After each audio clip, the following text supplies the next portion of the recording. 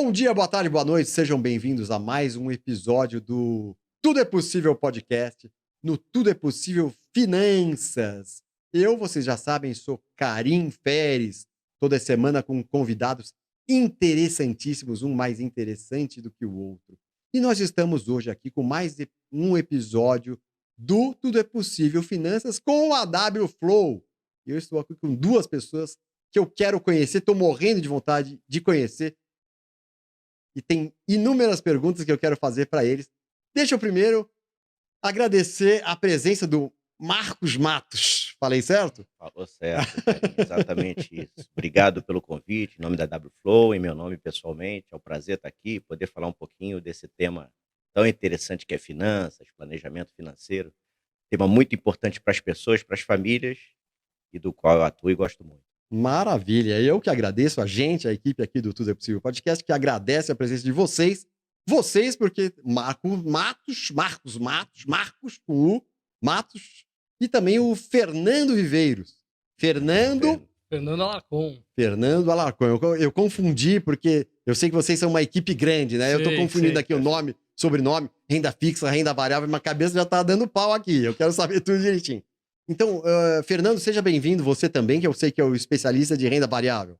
É isso Falei aí. certo? É isso aí. Então tá bom. Obrigado, Karim. Obrigado pela oportunidade aqui da gente conversar um pouquinho sobre finanças, investimentos. Como o Marcos falou, é algo extremamente relevante da gente procurar esclarecer os pontos. Tem muita dúvida pelo caminho, muita gente falando, mas é bom a gente tentar abrir o leque. É a ideia hoje aqui. Exatamente, é isso que vocês estão aqui para isso, e eu quero saber. Bom, primeiro eu quero saber de vocês pessoalmente. Vamos começar do Marcos, que é mais velho, dá para perceber aqui, mas ele deu Cabelo branco não deixa enganar. Você ainda os tem. Então, exatamente. Você ainda. Quem dera eu tivesse meus cabelos brancos. É o que eu falo, o importante é que não caia. Né? Pois é, tô lascado. Ô, Marcos. Eu já tô ganhando os meus. Né? Pois é, não, você tá mais perdendo do que ganhando, viu? Você tá mais na minha linha, Fernando. Deixa eu te perguntar, Marcos. Eu sei que a sua formação não é finanças, você é engenheiro de formação. Sim, sou engenheiro de produção civil pela PUC do Rio de Janeiro, mas logo no final do curso eu comecei a migrar para a área financeira aí, na qual opção essa que eu não me arrependo de jeito nenhum. Como é que foi essa migração? É até interessante, né? Porque na época da faculdade eu cheguei a estagiar na Fundação Parques e Jardins, no Rio de Janeiro, reforma de praça. O pessoal disse que eu contava folha de árvore, né? Não era bem isso. Então acho que você já começou o financeiro ali, talvez. E aí eu já percebi que não era aquilo que eu queria. E ainda na faculdade eu tinha uma aula do departamento de economia, que era aula de matemática financeira, e era terça e quinta, 7 horas da manhã. Tinha que acordar bem cedo, né? Que era do Luiz Carlos Ewald, que depois virou o Senhor Dinheiro no Fantástico. É mesmo? E a aula do cara era fenomenal. Aula lotada e tudo. E naquele momento ali eu percebi que eu quero trabalhar em banco. Sério? Ali eu falei, é isso que eu quero. Da faculdade? Ali que eu gosto disso, gostei de matemática financeira, eu me dava bem com matemática. Pessoal que já estagiava em banco lá de terninho, já tirava um dinheirinho, eu falei, opa, tem um caminho interessante por aqui. E aí dentro da engenharia eu migrei para a produção, que já tem um pouco mais a ver com números, com administração, e tô aqui. Não, eu tô aqui não. Aí você, não, eu tô aqui não, você pulou aí uns 20 anos. Uns 30. Eu estagiei em diversos bancos, no Bozano Simon, sim. Aí depois o Santander comprou o Bozano, trabalhei no Santander no Rio de Janeiro. Há 20 anos atrás eu vim para São Paulo, transferido pelo Santander, que foi uma coisa muito boa que aconteceu na minha vida. Trabalhei até 2012 em bancos, e ali eu já percebia, no final da minha trajetória em banco, da dificuldade que as pessoas têm em lidar com o seu dinheiro, em saber o que fazer. E aí eu já comecei a olhar para esse caminho de ajudar as pessoas com seus recursos, suas decisões de investimento. Nesse momento te deu outro estalo, como te deu um ali na aula de faculdade, te deu outro estalo, falando, bom, eu posso ajudar as pessoas, não sabem, estão perdendo dinheiro. Exatamente. Porque naquela época eu estava no Santander apoiando agências bancárias, uma equipe que apoiava as agências em treinamento para gerentes, eventos com clientes e visita a alguns clientes mais específicos. A gente percebia que os clientes têm muito pouca informação e que os bancos normalmente têm um viés que não necessariamente vão no mesmo sentido da necessidade dos clientes.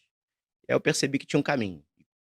Quando eu saí do Santander, eu já era cliente da W Flow, Ah, você era cliente. Eu era cliente. E você é pessoa física. Eu, pessoa física. E aí, conversando com o Ricardo Chapsky, que você já conheceu, que já esteve aqui com vocês, ele me explicou como é que era o modelo de trabalho da Wflow. Naquela época era um outro nome, mas eu falei, putz, é isso que eu quero da minha vida. Então, você tem a sua carteira de cliente, você assessora eles ao longo do tempo, fazendo um bom trabalho, a carteira vai crescer e você é remunerado por isso. Se os clientes estiverem satisfeitos, você vai estar satisfeito, vai estar sendo bem remunerado por isso. Então, é um caminho que me interessou naquele momento.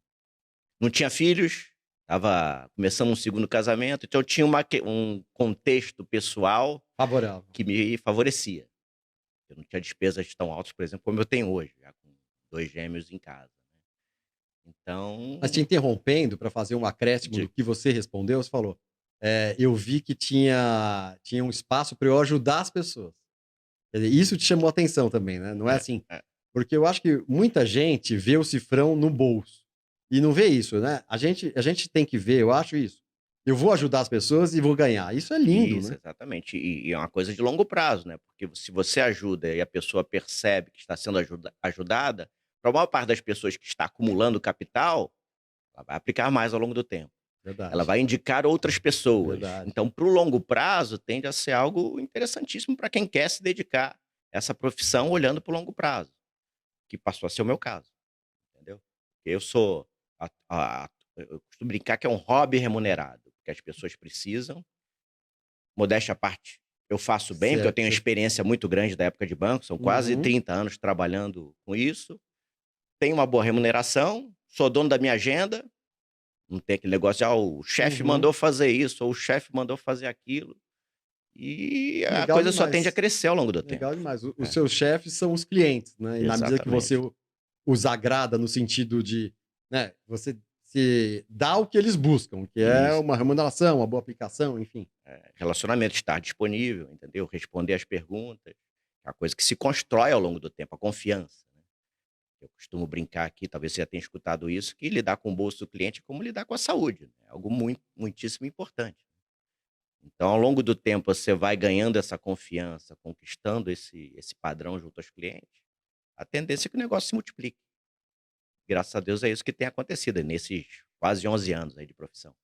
Legal demais, legal demais. E, Fernando, quero saber um pouco de você, da sua história profissional. Você também é engenheiro? Sou engenheiro. Caramba! Os engenheiros, eles têm um péssimo hábito de ficar se enfiando em todos os lugares.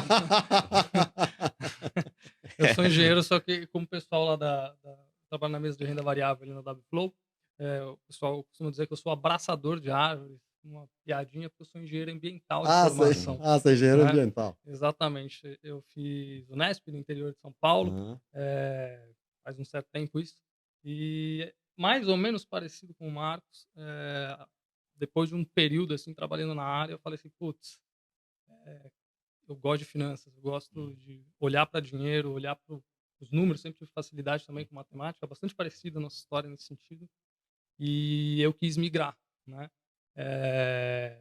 Enfim, trabalhava com o mercado de carbono. Caramba, você estava bem na área ambiental. Estava na área ambiental, era um negócio bastante diferente, né? Emissão de gás de efeito estufa, coisa técnica. Tudo que tá bombando agora, né? Exatamente. Era um negócio que a gente falava lá atrás, isso daí... Tem trading disso, né? Você negocia esse mercado. Você ficou quanto tempo na área ambiental? Eu fiquei 5 anos, mais ou menos. 5 anos, tá. Não muito também. Não foi tanto tempo, mas especificamente em áreas técnicas, né? E chegou um momento que eu falei, eu não quero mais fazer isso. Um pouco diferente do Marcos, eu tinha a certeza que eu não queria ir para um banco. Eu não queria trabalhar dentro de uma instituição financeira do jeito com que a gente, pelo menos, observava o mercado funcionando. Tradicional. Não queria estar engravatado atrás de uma mesa, enfim, perseguindo. Você não sabia o que você queria exatamente, mas sabia o que você não queria. Eu sabia mais ou menos o que eu queria, sim, porque saber o que você não quer já é um bom... ajuda muito. Verdade. Mas eu queria também ajudar as pessoas, porque eu estudava muito mercado financeiro. Eu sempre gostei muito. Né? Em um determinado momento eu falei assim, porque eu preciso arranjar um jeito de transformar essa vontade em alguma coisa que seja rentável, porque eu quero trabalhar com isso. Só que eu não quero ir para dentro de um banco, eu não queria ter chefe, eu queria empreender. Estava a fim de empreender. E eu tive uma oportunidade grande de começar um trabalho de planejamento financeiro, pessoal. né, que tem relação com o mundo dos investimentos, mas fala basicamente de pessoas. Foi assim que eu comecei a minha carreira dentro da área financeira. Eu comecei fazendo planejamento financeiro de uma família, de uma pessoa, via de regra de um casal que tem preocupações, responsabilidades, estão preocupados com o futuro, tem o que ganhar e tem o que perder, né? Uhum. Essa foi a minha intenção. E eu não ia conseguir fazer isso começando uma instituição financeira, né? Porque não necessariamente, como o Marcos comentou, às vezes os objetivos não são os mesmos. Às vezes a instituição financeira está preocupada em te oferecer alguma coisa, um produto financeiro, mas aquilo não necessariamente conversa com a sua intenção da sua vida, o que você tem de objetivo para si. E o planejador financeiro, quando começa, ele quer olhar justamente os objetivos da vida de um casal, de uma família, de uma pessoa, né? Uhum. E eu comecei com isso. E ao longo do tempo eu fui migrando para a área dos investimentos, porque eu via que não adiantava nada eu fazer um plano financeiro, sem entrar especificamente no como que significa, como que se faz um planejamento financeiro, mas não adiantava produzir um plano financeiro e chegar com aquele plano financeiro e a pessoa continuar investindo mal, investindo errado, né? Errado, assim, de maneira ineficiente. Sim, podia ser melhor. Podia ser melhor. Sim. E nesse sentido, eu me juntei com outro sócio meu, Pedro, que é um grande amigo, e a gente abriu uma assessoria de investimentos, uma empresa de assessoria de investimentos. E dessa forma a gente começou a assessorar os investimentos das pessoas. Lógico que aí não dava mais para fazer esse planejamento financeiro dessa forma. A gente começou a migrar para olhar para os investimentos das pessoas enfim, e aí você consegue ajudar efetivamente elas a colocar planos que elas têm para o futuro, porque o patrimônio financeiro de uma pessoa é uma parte importantíssima da saúde dela, né? Na prática, o pessoal precisa ganhar da inflação. Ao longo do tempo, ele precisa ganhar desse ser que existe aí, que faz o preço ir aumentando das coisas. A gente precisa ganhar disso, nosso patrimônio precisa ganhar além disso. A gente precisa gerar retorno além disso. E isso é um processo de você passar conhecimento da onde você tem para o outro lado, respeitando o objetivo de vida que às vezes não é o seu, né? E aí você tem que misturar um pouco o que eu acho do que o Karim acha para a vida dele. Acha Exatamente. E aí você juntar nisso e trazer o produto financeiro adequado é a parte que a gente brinca que é o legal de fazer. Você fala, isso aqui faz todo sentido para esse cara. Agora eu preciso explicar, tirar a parte técnica da frente que é maçante, chata, e falar assim, por que isso daqui serve para você, meu amigo? Né? Para então, que isso vai na direção do que você quer? Eu vou pegar esse gancho, porque eu sei que você é o cara da renda variável lá da WShow. E eu vou fazer uma pergunta. O que é renda variável? Boa. Porque eu desconheço, a gente ouve falar muito, né, em renda fixa, CDB, renda variável. Uhum. Em muitas rodas eu finjo que eu sei, mas eu não sei o que é renda variável. Vamos lá. Basicamente, na maneira de investir, você tem duas formas, né? Você pode separar os ativos financeiros em dois tipos: renda fixa e renda variável. Renda fixa, você sabe de antemão que existe uma taxa que vai remunerar você, certo? Essa taxa vai te remunerar, por exemplo, CDB de um banco, eu ia falar isso. remunera CDB, lá então, a 10% ao ano, ou X% do CDI. É uma taxa conhecida que todo mundo sabe que se você ficar até o final do vencimento daquele título, você vai receber aquilo ali, né? Em tese é isso, né? Na renda variável isso não acontece, ela chama variável porque ao longo do tempo ela vai oscilar o preço da ação, né? Então, por exemplo, uma ação que é uma fração da sociedade de uma empresa, ela possui um determinado valor que está lá no mercado e todo mundo está observando. E nem todo mundo concorda com aquele preço. Então, cada um dá um lance e isso vai fazendo com que o preço varie. Então, ao comprar uma ação, você não tem nenhuma expectativa de, no dia seguinte, ou em um prazo específico de tempo, que aquilo renda 10% ao ano. Para isso, você vai para um CDB. São classificações de riscos diferentes, mas basicamente, de maneira bem simples de dizer, a renda variável você não sabe exatamente o que vai acontecer, mas você tem uma expectativa futura positiva. Na renda fixa, você, via de regra, já tem contratado até o final do período que você vai estar naquela aplicação, aquela taxa que foi compactuada. Você deu o exemplo Espero não ter falado difícil, né? Sim. Você deu o exemplo de ação. Renda variável é ação ou tem outras coisas? Tem também? outras coisas. Mercado de opções, por exemplo, você investir no dólar, né? O dólar oscila, né? É uma moeda. Ela oscila ao longo do tempo. Portanto, também é um ativo de renda variável, né? Uma opção, que é uma estrutura, é um derivativo, que deriva de um ativo, Que ativo é esse? Uma ação, por exemplo, ele também é um produto de renda variável. Existem inúmeros produtos de renda variável. Criptomoedas. As criptomoedas, por exemplo, mais também. recentemente. Mas basicamente são aqueles ativos que você não consegue ter certeza do que vai acontecer com ele no futuro. Exatamente. E assim, ele tem um risco maior, não é muito arriscado. Qual é a análise de risco que vocês fazem, dependendo da pessoa da carteira? Como que funciona isso? Vamos lá. Essa é uma pergunta bastante boa. Fiz várias, né? Numa só, fingindo que é uma só, fiz várias. Então a gente costuma dizer que depende de muitas coisas, mas eu vou tentar ser mais fechado aqui na resposta. Porque, assim, existem ações, empresas que estão começando o seu processo de desenvolvimento. Né? Então, uma empresa que não é consolidada. Imagina um banco grande, como a gente tem vários bancos no Brasil, bastante consolidados, todo mundo conhece o nome. Né? Essas são empresas que você não vai imaginar, por exemplo, posso falar nomes, né? O Itaú, a gente não vai ver o Itaú duplicando de tamanho em 2 anos, em 3 anos, porque ele já é um colosso. Por outro lado, a chance de quebrar é minúscula. É bastante reduzida, exatamente. Né? Agora, você tem empresas menores que estão trabalhando em áreas específicas de setores da economia, que elas podem ter um potencial explosivo de geração de valor. Né? Ou seja, elas multiplicarem um palavrão do mercado que é valuation, que é o quanto que ela vale. Né? A soma de todos os ativos dela vale alguma coisa. E isso vai se refletir no preço das ações. Então você vai ter empresas muito jovens que têm uma capacidade de crescer muito grande, né? E aumentar muito de preço, e empresas mais consolidadas.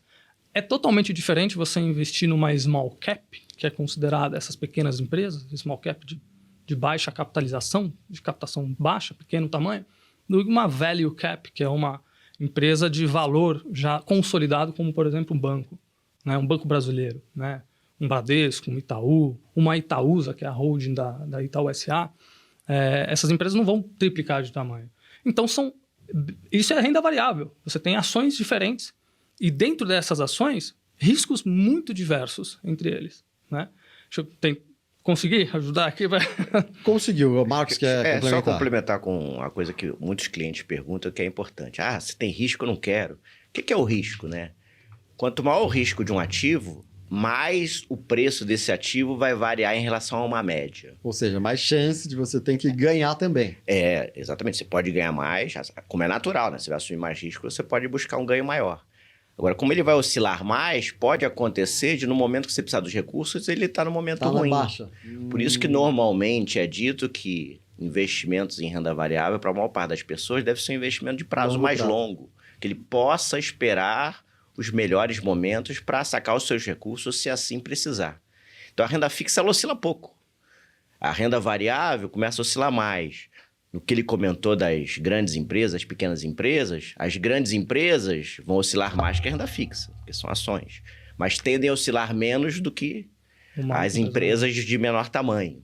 Então, é a questão de você olhar e entender, com a ajuda de um assessor ou de alguém que possa te informar a respeito, quanto de risco eu tenho nesse investimento. O risco é muito grande ou não é? E normalmente isso é com base no histórico, né? Você consegue ver como é que as ações performaram ao longo do tempo e quanto que elas oscilaram. E você consegue dar uma ideia disso para o investidor. Só complementar uma outra coisa, que eu acho que vai em linha do que o Marcos colocou. Quanto mais risco você agrega, mais tempo você precisa ter. Qualquer investimento pressupõe tempo para maturação. A natureza não dá salto.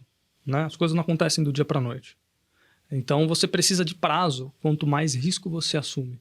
Né? Existe medida que o assessor vai ajudar a determinar qual é a medida de risco que o Karim deveria ter na carteira de investimentos dele. Vai ser totalmente diverso de uma pessoa com 70 anos de idade, muitas vezes. Claro. Né?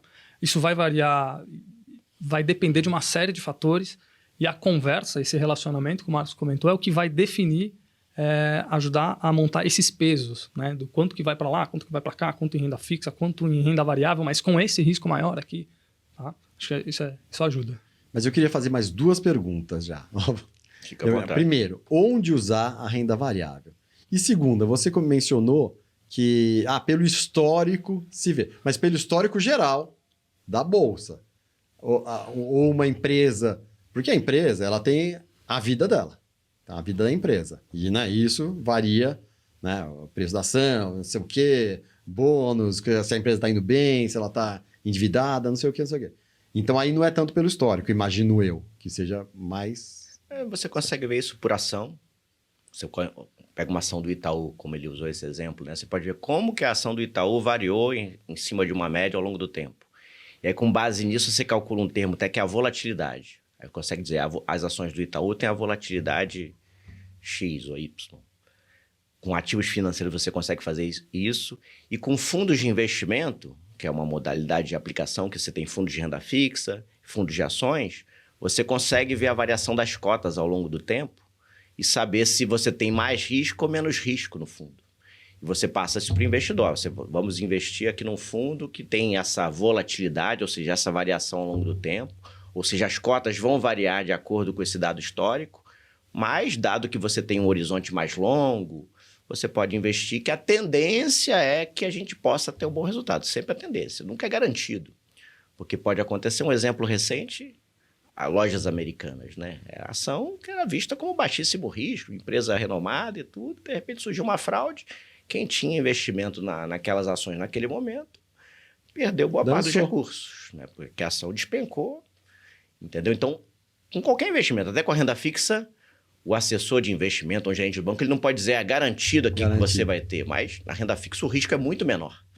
Mas também o ganho também é muito menor. O ganho tende a ser menor, né, comparado com outras opções de renda variável. Que no final das contas o justo é isso. Se vamos assumir mais risco, é para que busquemos mais retorno num prazo mais longo. Se fosse para render a mesma coisa, por que eu vou assumir risco?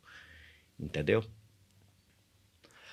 Fernando. Não, isso é interessante porque me faz lembrar algo que a gente acaba comentando para o investidor. A tal da diversificação. Né? Você diversificar entre tipos de investimento diferentes, a gente chama isso de ativos, né? Mas para não ficar chato, é tipos de investimento diferentes. Ter um pouco de fundos de renda fixa, um pouco de ações através de uma carteira de ações. Você não compra uma única ação, de repente. Às vezes faz sentido você ter uma carteira de várias ações, dependendo do quanto de recurso que você tem. Né? Aí você minimiza o risco e ganha na média. E você vai...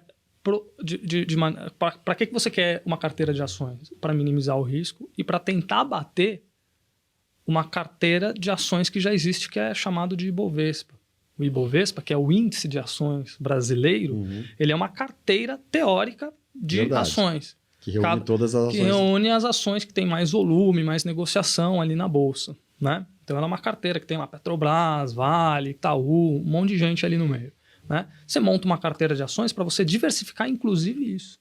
Porque, às vezes, tem setores da economia que podem estar mais propensos a ter um salto de ganho de valor mais rápido. E não necessariamente esse índice de ações, que é o Ibovespa, vai conseguir responder a esse mesmo retorno que, às vezes, você quer. Então, você ter ações específicas que você acredita que vai fazer sentido para os seus investimentos de longo prazo, um retorno mais satisfatório, às vezes você não precisa comprar só, quando eu digo comprar, é investir só no índice de ações brasileiro. Você pode usar um fundo de ações que vai montar uma carteira e um gestor vai fazer isso para você, alguém especializado nisso. Você pode ter uma carteira de ações onde você verá quais são essas ações, especificamente. Quando você compra um fundo de ações, comprar é investir, né? Em um fundo de ações, você não sabe quais ações estão ali. Verdade. Porque é um modelo proprietário que o gestor tem e todo um método de muita gente trabalhando por trás para definir quais são os cavalos que ele vai apostar, vou dizer assim. E não gosto de dizer, falei apostar, mas aposta é uma palavra ruim, porque a gente não está apostando nada, a gente está lidando com o patrimônio das pessoas por longo prazo, então é um negócio sério. Né? Mas ele tem cavalos que ele vai achar que vão funcionar melhor do que outros. Você pode fazer isso por conta própria, através de uma carteira de ações. E aí, dentro da renda variável, que é uma especialização que a gente lá na Wflow tem, a gente gosta muito de operar utilizando o que a gente chama de hedge. Hedge é proteção. Imagina você, Karim, que não tem muito conhecimento sobre isso. Aí você fala assim, cara, eu tenho... Não preciso imaginar muito. Tá fácil esse quadro tá fácil de imaginar. Eu tenho medo de perder meu dinheiro. A gente ouve isso muitas vezes. Né? Essa frase ela é muito comum. Existem formas da gente utilizar o que a gente chama de operações estruturadas, né? Onde a gente monta uma estrutura com uma ação, mais um derivativo, mais alguns derivativos para proteger a carteira do cliente caso aquele plano de de que aquele investimento vai dar um bom retorno, ele não funciona. Porque uma ação pode cair. Coisas podem acontecer no meio do caminho, né? Estoura uma guerra na Ucrânia. Vem um evento internacional ou mesmo nacional que você não está contando, né? A menos que você esteja muito preparado para ver aquela oscilação cair às vezes 15%, 20% e você ficar sentado lá, pô, tô confortável aqui. Você tem que ter uma boa dose de conversa lá com o Marcos e ele fala assim, olha, não, mas faz sentido isso aqui. Existem formas ainda assim de proteger-se. Mas eu não entendi o que é o hedge. Como que protege? O hedge, aí não quero tornar o negócio técnico, tá? E eu tô forçando. Senão o pessoal vai sumir ou vai ficar com sono. Mas existem formas de você proteger a perda de valor de uma ação. Você tem, por exemplo, o direito de vender aquela ação a um determinado preço, já contratado previamente. Então, você, ao final de um determinado período... Imagina o seguro do seu carro. É o melhor exemplo. Eu acho que é o melhor exemplo. Você tem o direito de vender o seu carro para a seguradora, que está comprando aquele risco de você, caso o seu carro sofra uma avaria, seja roubado, acima de 70%. Bata. Exato, isso é um seguro. O hedge é um seguro. Entendi. Então, você pode fazer um seguro para a sua carteira de ações, para uma ação específica, para várias delas, ou para todas elas. Se cair... Se cair, você está protegido de um determinado período de tempo. O seguro do carro não tem a vigência, geralmente, de 1 ano? Você pode contratar um seguro para sua carteira de ações por 1 ano. Isso que é o hedge? Isso é, por exemplo, o hedge. Você vai pagar por ele. Quando você paga, você está diminuindo o seu ganho. Você tem que tirar alguma coisa do bolso para pagar. Mas pelo menos você dorme tranquilo. Você fala assim, olha, a pior hipótese é eu perder, sei lá, 4, 5% em 1 ano. Pô, eu durmo tranquilo? Durmo. Porque, de repente, em 1 ano podia estar menos 20. Entendi. Então, você quer arriscar, você quer falar, eu quero ter uma rentabilidade, mas também não quero, eu prefiro não arriscar muito e ter uma segurancinha. Exatamente. Esse é um dos principais trabalhos que a gente faz ali na mesa. É ajudar o cliente a enxergar esse risco que às vezes tem um risco de cauda, que a gente chama, ou um risco que ele não está vendo e que ele tem receio. A gente identifica isso na conversa. Né? Fala, olha, esse cara não está preparado para isso que ele acha que ele está. Então, vamos montar uma operação onde proteja ele. Porque, no final das contas, tem operação que a gente consegue proteger 100% do patrimônio. Então, o cliente chega lá e coloca X mil reais numa ação. E depois de, sei lá, 1 ano, se aquela ação só caiu, ele sai com 100% do recurso que ele colocou. Né? Isso é importante. Né? Isso sempre é valores brutos, tá? Acho que é importante frisar isso. Então, você consegue criar maneiras de proteger esse cliente, você consegue criar maneiras de remunerar esse cliente, consegue criar maneiras de alavancar a alta. Esse cara pode ter 2 vezes a alta que aquela ação poderia ter. Então, uma ação podia, no período, sobe 10%, na operação ele ganha 20%. Tem como fazer isso. Mas isso são estruturas mais complexas que a mesa de renda variável vai ajudar a ajustar junto com o assessor. Da mesma forma que pode proteger, você pode fazer operações específicas que até aumentam o risco. Tem cliente que é isso, eu quero assumir mais risco, eu acho que tem quase certeza que essa ação vai subir. Então, quero ganhar mais. Dá para fazer também.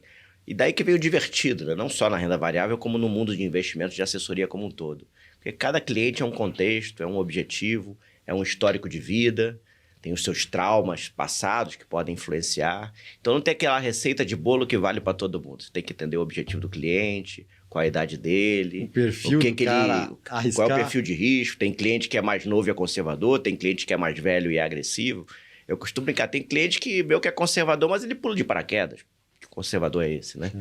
Então, isso é o divertido também, porque você tem que entender, e quando você consegue entender e mostrar para o cliente que você está trabalhando, oferecendo alternativas de acordo com o perfil dele, o que ele busca, aí a sinergia fica perfeita, entendeu? Legal demais. É verdade, a gente costuma falar que a gente faz muita conversa ou presencial ou muito online. A gente costuma dizer assim, ó, a gente tem que estar confortável na cadeira no final da conversa. Quando você vê o cara se mexendo assim, é que ele está desconfortável, você tem que arranjar uma forma de fazer ele ter conforto e segurança naquilo que ele está fazendo. Isso é uma boa parte do trabalho. Legal demais. Qual vocês diriam que é a importância da educação financeira na vida de vocês e na vida de todo mundo? Eu acho que para as pessoas que percebem isso, infelizmente não são muitas, e quanto mais cedo se percebe essa importância, melhor. Né? Então, eu uso o meu próprio exemplo, né? Porque, como eu falei, né, quando eu deixei de trabalhar em banco e virei assessor, eu estava saindo do primeiro para o segundo casamento, não tinha filhos ainda, já tinha 40 anos. E tem a maior parte das pessoas, inclusive, que as despesas começam a crescer fortemente logo no começo da vida profissional, né? Então a pessoa começa a trabalhar, termina a faculdade, começa a trabalhar, a renda começa até a crescer, mas aí já casou, tem filhos, ou é o inverso, né? Aparece o filho depois de casa. Então a despesa acaba sendo muito grande e a pessoa se perde. Quanto antes a pessoa perceber que por mais que ela ganhe, é importante ela salvar dinheiro, guardar dinheiro para o futuro e pensar nos seus objetivos futuros, menos difícil vai ser a trajetória para o atingimento desses objetivos. Entendeu? Então, no meu caso específico, sempre me preocupei com isso. Eu sempre, desde quando eu comecei a trabalhar, tinha... Se mês que vem eu for demitido? Se mês que vem eu for demitido? Eu sempre tinha isso na cabeça. E fui acumulando. Isso me ajudou muito nessa transição que eu fiz. E só para terminar, eu fiz muito, faço menos agora, mas eu fiz muito palestra para executivo em transição de carreira. Então, pessoas que saem de empresas, são demitidas e tem um tempinho ali para escutar alguma coisa de planejamento financeiro. É um momento até ideal para conversar com essas pessoas. E eu cansei de ver muita gente que tinha um padrão de vida altíssimo, mas que não guardava dinheiro. E é uma coisa que a gente diz muito nas palestras, né? Que a riqueza é medida em cima do quanto você acumula. Se você ganha muito e gasta muito, você tem um alto padrão de vida. Você não tende a não ser rico. Então, quanto antes as pessoas percebem... E por outro lado, também eu via gente que tinha salários menores, às vezes família grande, que conseguia guardar alguma coisa. Entendeu? Então, quanto antes a família percebe que opa, tem que guardar dinheiro e pensar nos objetivos futuros, é o que eu falei, né? Menos difícil vai ser essa caminhada. Difícil sempre é, né? Mas vai ser menos difícil quando a pessoa é uma família planejada. Legal. Você, Fernando. Não, a educação financeira acho que é um dos temas mais relevantes que deveriam ser tratados e ainda, infelizmente, a gente não tem, de fato, uma forma de fazer isso. Acho que talvez na educação, né? Deveria ser falado em sala de aula. Eu não me lembro, na minha infância, ou mesmo na faculdade, de alguém explicando o que é taxa de juros. Né? Te explicar, entender isso. Então, a gente paga tarifa para banco, nada contra. Tá? Não, tudo contra. Eu ia falar, eu sou contra, né? Nada contra, assim, o que eu quero dizer é a pessoa não observar, entendeu? Cada um cuida da sua vida, é isso que eu quis dizer. Sim. Mas a pessoa não saber o que ela está fazendo, Verdade. Não saber que aquela tarifa vai ser cobrada e por causa do quê, Verdade. faz com que ela seja refém dela e sem ter uma forma de sair dessa algema. Então, uma das primeiras coisas que se fala em planejamento financeiro é que a pessoa possa construir, seja um casal, uma família, uma pessoa individualmente, isso que o Marcos comentou, uma reserva. Uma reserva financeira inicial para te proteger. É um seguro. Uma reserva financeira, a gente chama de colchão de segurança, reserva de emergência, você pode dar o nome que você quiser. Mas é uma parte dos seus recursos que pode variar, por exemplo, entre 6 a 12 vezes as tuas despesas fixas que você não pode deixar de pagar. Aluguel, escola das crianças, etc. Cada um faz a conta em casa, né, do quanto que é essa despesa fixa, multiplica ela por 6 ou 12. Né, e guarda isso daí num investimento de baixíssimo risco. Né. Esse recurso vai ser necessário para, por exemplo, como o Marcos comentou, perdi um emprego. Eu tenho 6 a 12 meses aqui para manter essas despesas triviais da minha casa, que eu não posso viver sem pedir dinheiro emprestado para alguém ou para um banco e começar a ter um problema com cartão de crédito, a ter um problema de pagar a taxa de juros. Não é inteligente pagar juros quando você não tem recurso. Juros é interessante você pagar para você financiar projetos, por exemplo. Você não compra uma casa própria muitas vezes sem recorrer a um financiamento. Pode ser uma forma inteligente de pagar juros. Existem formas inteligentes de fazê-lo. Né? Agora, a reserva te protege de você pagar um juros no Brasil quase que extorsivo, porque você não soube se planejar minimamente. Eu nunca vi isso ser discutido em escola. Né? Mas era algo que eu aprendia dentro da minha casa. Minha mãe sempre falava disso. Né? Minha mãe sempre explicava pra gente que devia guardar dinheiro. Ela não explicava exatamente o como, mas é um negócio que eu ouvi dentro da minha casa. Né? Então, ela não tinha formação assim, contábil? Não, minha mãe trabalhava em banco. Né? Minha mãe trabalhou em banco. Tinha pouco. Sim, mas não uma formação específica de educação financeira ou qualquer coisa que valha. Verdade, né? Porque deve ter gente que trabalha em banco que não tem essa educação, né? Muita gente. Muita gente. Exatamente. Que no final das contas é uma conta simples, né? Você saber quanto que você está ganhando, a família. Pois é, basicamente. E quanto você está né? gastando. Pois é. A conta de somar e diminuir, né? Nos processos de planejamento financeiro, fazia uma brincadeira muito rápida quando eu conhecia um casal, via de regra, o casal que vem procurar, né? E perguntava, quanto que você ganha? A pessoa, às vezes, gagueja e não sabe dizer. Aí eu perguntava, bruto ou líquido? O cara não sabe responder. Sério? Bruto ou líquido de impostos. E aí perguntava pro outro, né? Para ela ou para ele, etc. E também não sabia, quanto que vocês ganham juntos? A finança é juntas ou separada? Porque não tem um modelo certo e errado. Quer dizer, não sabe. Mas não sabe. É aí que vem a figura desse advisor, né? Desse consultor, do assessor de investimento específico para investimento, que vai te ajudar a reorientar isso daí e falar assim, olha, peraí, tem conceitos simples que você pode aplicar na sua vida que te ajudam. Então, uma reserva financeira é um conceito simples. Fazer. Se uma parte importante da população brasileira tivesse uma reserva, o país teria outra cara, porque a gente teria poupança. Isso ajuda o país a crescer, etc. Fantástico. A conversa pode ficar bem filosófica. Pois é, eu estou fascinado aqui. É fascinante isso aí, né? E aí, vou aprendendo um monte de coisa que a gente... Fazer uma pergunta hipotética, assim, tenho 10, 15 mil reais e quero arriscar para tentar, sei lá, aumentar rapidamente esse capital. Aplico tudo em ações? Ou não necessariamente? Olha, os dois rindo, né? Falando, é a pergunta de $1 milhão? A pergunta de $1 milhão, porque... Quer responder, Marcos? Por favor. Não, é que, na verdade, essa pergunta vai fazer com que a gente te devolva outras várias perguntas. Exatamente. Como é que esses 10, 15 mil reais se relacionam com o total de investimentos que você tem? É tudo que você tem ou não? Isso é uma parte pequena. Se você perder todo esse dinheiro... Esse é o tipo de pergunta até que está no questionário SP. Se você perder todo esse dinheiro, tiver uma queda brusca, isso vai trazer muito impacto para você ou não? Então, se é 10, 15 mil reais, se eu perder todo esse dinheiro, isso não vai ser problema para mim. Ou você pode ter uma carteira mais agressiva. Outra pergunta importante, você acha que tende a precisar desses recursos daqui a quanto tempo? Daqui a 1 ano, daqui a 3 anos? Ou se ficar 10 anos, não tem problema? Você pode ser mais agressivo também, se o objetivo for mais longevo. Você já investiu em ações no passado? Sim ou não? Sim, como é que foi sua experiência? Ou seja, uma resposta simples... normalmente você está negligenciando ali o objetivo do cliente, entendeu? A gente ri até porque normalmente fazem isso. O cliente, eu estou com 50 mil reais aqui, o que eu faço? Um cliente novo, né? Entendi. Opa, nós temos que analisar isso tudo, entendeu? O perfil, entendeu? E às vezes o cliente pode até, vou ligar lá, me indicaram ele, mas vou mandar essa pergunta só para dar uma testada nele. Entendi.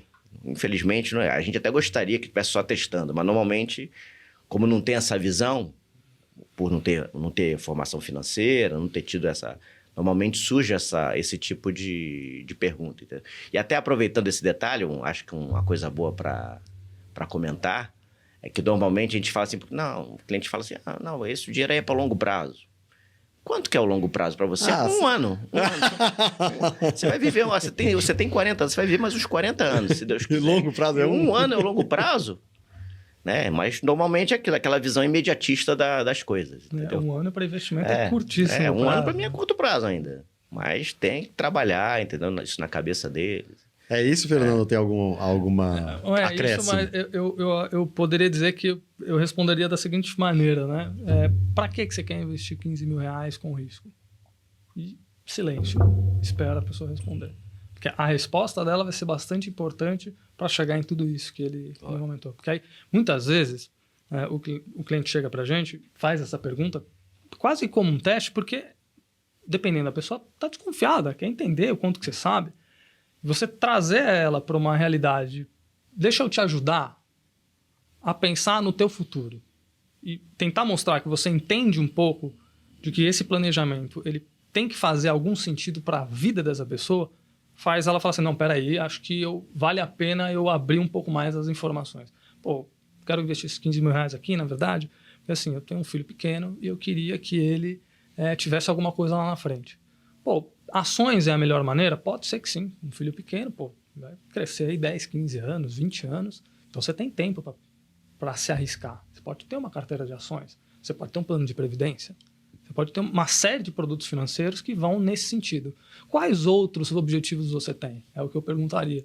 Né? E aí você vai puxando as informações para que essa pessoa possa contar com a sua ajuda. Porque a gente tem uma série de conhecimentos guardados em caixas aqui dentro. A gente vai soltando cada um deles para tentar ajudar a pessoa. É isso que a gente, basicamente, dentro da LabFlow, faz na assessoria de investimentos. Legal demais. Então, olha, a gente está caminhando para o final.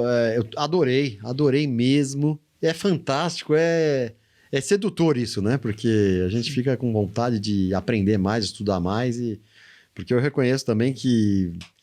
Não sei se eu tô ficando velho, mas aí a gente para sei lá, de analisar, aí você vai, é isso, vai ganhando e vai gastando, vai ganhando e vai gastando. Não sei se eu sei responder hoje em dia quanto que eu ganho e quanto eu gasto, sinceramente. Boa pergunta, hein? Mas enfim. Então eu queria que vocês, depois daqui eu queria conversar mais com vocês, para vocês me darem mais algumas dicas. Mas caminhando para o final, eu queria que vocês, Marcos e Fernando, dessem conselho aqui para essa câmera, para as pessoas que ainda têm dúvidas sobre as possibilidades da vida e nesse aspecto financeiro, especialmente. Bom, vamos lá, né? Uma frase que eu gosto muito é: a vida é bela, né? Então, por mais dificuldades que tenhamos, você viver, você poder buscar seus objetivos, ver os filhos crescerem, conquistar mais coisas ao longo do tempo é maravilhoso, né? E a melhor forma para você conseguir fazer isso além de trabalhar muito para conseguir remuneração do seu trabalho, ter um bom planejamento financeiro para você poder garantir que ao longo do tempo as coisas aconteçam. E lembrando que à medida que você vai envelhecendo, a tendência é que você queira trabalhar mais, ou pode chegar um momento que você não tenha trabalho em cima do que você sabe fazer ou do que você gosta de fazer. Então, se você tem um bom planejamento financeiro, a tendência é que você consiga atingir esses seus objetivos ao longo do tempo, né? E como é maravilhoso, de repente, você poder ter uma terceira idade, uma aposentadoria tranquila. Verdade. Sem uma queda de padrão de vida, mantendo as coisas que você fazia, cuidando da sua saúde, que é importante, que vai exigir investimento, né? Então, na vida, efetivamente, tudo é possível. Mas, se você não estiver bem planejado financeiramente, a não ser que você seja uma potência de trabalhar até o final da sua vida e gerar receita... O que é raríssimo. O que é raro, é difícil. E eu tenho 52 anos, eu quero trabalhar bastante. Com 70 anos, muito provavelmente eu não vou querer trabalhar no outro ritmo. Verdade. Pode ser até que eu queira trabalhar, pode ser que a vida me traga alguma coisa que me impeça de trabalhar. Não dá para saber. Então, se você construiu suas reservas, como o Fernando bem comentou, e está bem planejado financeiramente, a tendência é que você consiga manter seu padrão de vida. E temos que lembrar que essa é uma das coisas boas da vida ser bela, né? Que a tendência agora é que a gente viva até 80, 90 anos. Talvez nossos filhos vão viver, na média, a grande maioria, até 100 anos de idade, né? Então, como a vida tende a ser mais longa, a gente vai precisar de mais recursos para subsidiar essa vida mais longa. Mas, efetivamente, é isso. Tudo é possível, mas se você fizer as coisas certas do ponto de vista de finanças, se planejar. Guardar dinheiro para o futuro. Legal demais. Fernando. Olha, diria o seguinte, que acho que uma das coisas mais importantes que o ser humano tem é a vontade, né? Vontade própria, de poder estabelecer o plano que quiser. Eu estava comentando aqui que, especificamente do ponto de vista financeiro, construa uma reserva. Saiba o quanto que você ganha, o quanto que você gasta. Procure metrificar, ou seja, transformar em números, porque esses números eles servem para alguma coisa. Não tem que ser perseguido de uma maneira chata, mas é legal a gente observar o que a gente quer, né? Ter uma reserva financeira, quantificar o que é um futuro, o que eu gostaria de ter quando eu estivesse lá nos 65 anos de idade, qual é o salário que eu gostaria de ter que me remunerasse para que eu tivesse uma qualidade de vida. Observar esses números, essas informações vai te fazer a começar a procurar as respostas para que você saiba qual é o caminho que você tem que trilhar. Ele não é simples, mas ele é uma caminhada. O investimento ele é feito de retorno, né? Esse retorno ele só vai acontecer se você começar a fazê-lo. Então não dá para você querer se aposentar aos 65 anos de idade e começar isso aos 64. Não dá, você tem bastante tempo para começar. Mas se você ainda é jovem, se você que está assistindo aqui a gente tem como observar isso, tome para si a vontade de observar a própria vida e olhar esses objetivos. Tem gente que quer casar, tem gente que quer morar fora, tem gente que quer comprar um apartamento, tem gente que não sabe nem o que quer, mas todo mundo quer chegar lá na frente em uma situação melhor. O ser humano vive de esperar coisas melhores e fazer coisas melhores. Então, os investimentos vão te ajudar a fazer isso. Ele é um assunto chato, para isso que tem o pessoal de óculos aqui, engenheiros para poder ajudar e assessores do mercado, consultores, etc., Mas contem com esses profissionais para que eles possam te ajudar a montar o seu plano e te ajudar a você colocar esse plano de enriquecimento ao longo do tempo. Esse enriquecimento ele não é só financeiro, mas enriquecimento de projetos de vida, fazer as coisas acontecerem, vendo elas acontecendo. É o que o Marcos comentou, a vida é bela e aí tudo é possível, né? Nos projetos que a gente tem.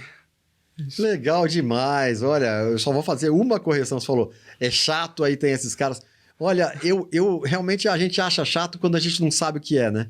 Agora vocês desmistificaram um pouquinho para mim e eu já tô agora tendo mais carinho, não tô tendo mais tanta aversão. Pra gente é super legal. Então, muito legal, muito legal. Muito obrigado Marcos Matos, Fernando Alarcon, da WFlow. Eu sou o Karim Feres, nós estamos aqui no Tudo é Possível Finanças, analisando essas coisas para você ter uma vida melhor, porque a gente acredita que realmente tudo é possível. Então aí nos sigam em todas as redes sociais, nossa plataforma principal é o YouTube, mas estamos aí também nas plataformas de áudio, como Spotify, Deezer e outras. Então, pessoal, tudo é possível, bora ser feliz e abraço para todo mundo. Valeu!